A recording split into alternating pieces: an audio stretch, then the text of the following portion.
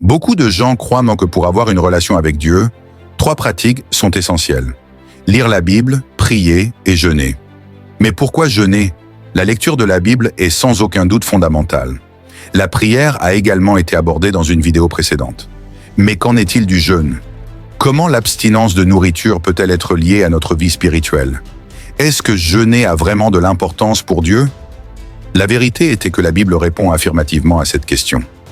Dans cette vidéo, nous allons explorer l'importance du jeûne et comment il peut enrichir notre relation avec Dieu. Tout d'abord, nous devons comprendre la différence entre le jeûne et un vœu ou un but spirituel. Toute renonciation avec une intention spirituelle ne se classe pas comme jeûne. Le jeûne biblique implique de s'abstenir de nourriture, tandis que les vœux peuvent inclure diverses pratiques, comme mettre de côté une activité ou faire quelque chose que nous ne ferions normalement pas. Les vœux et les objectifs, s'ils sont faits de manière consciente, plaisent à Dieu et font partie de la vie chrétienne. Cependant, il est essentiel de tenir ce que nous promettons. La Bible considère comme insensé celui qui fait un vœu et ne le tient pas.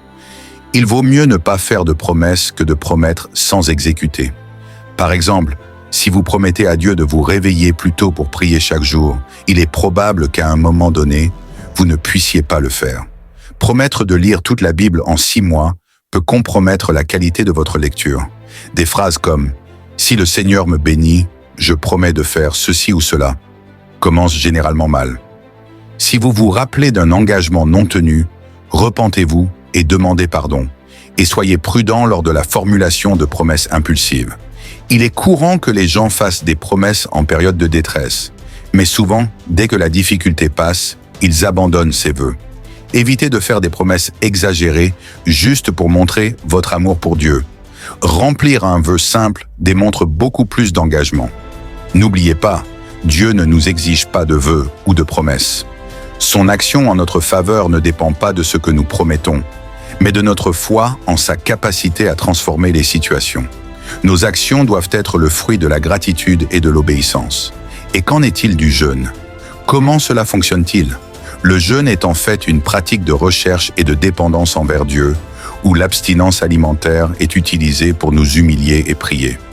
La Bible présente de nombreux exemples d'interventions surnaturelles résultant du jeûne, même si nous ne pouvons pas comprendre pleinement comment cela se produit. D'autre part, il est facile de voir comment le jeûne combat nos désirs charnels. La Bible affirme que la chair est ennemie de Dieu et désire le contraire de l'esprit. La chair, qui représente notre nature pécheresse, se manifeste à travers nos émotions et nos volontés. Quand nous sommes dominés par nos émotions, il devient difficile d'entendre la voix de Dieu et de prendre des décisions éclairées. C'est dans ce contexte que le jeûne devient utile. La nourriture est un besoin fondamental et quand nous avons faim, tous nos désirs se concentrent sur une seule priorité, manger. Pendant le jeûne, en niant ce désir, nous pouvons apaiser notre âme et mieux nous concentrer sur la voix de Dieu. Le résultat est un changement dans notre perspective, où nous devenons moins égocentriques et plus tournés vers Dieu et les autres. Il est important de rappeler que restreindre un seul type de nourriture n'est pas un véritable jeûne, car nous pouvons toujours substituer ce qui a été retiré. Si vous choisissez d'éviter un aliment qui n'est pas essentiel, cela doit être considéré comme un but et non comme un jeûne. Un exemple dans la Bible est Daniel, qui s'est abstenu de nourritures agréables pendant 21 jours, mais cela n'est pas classé comme un jeûne total.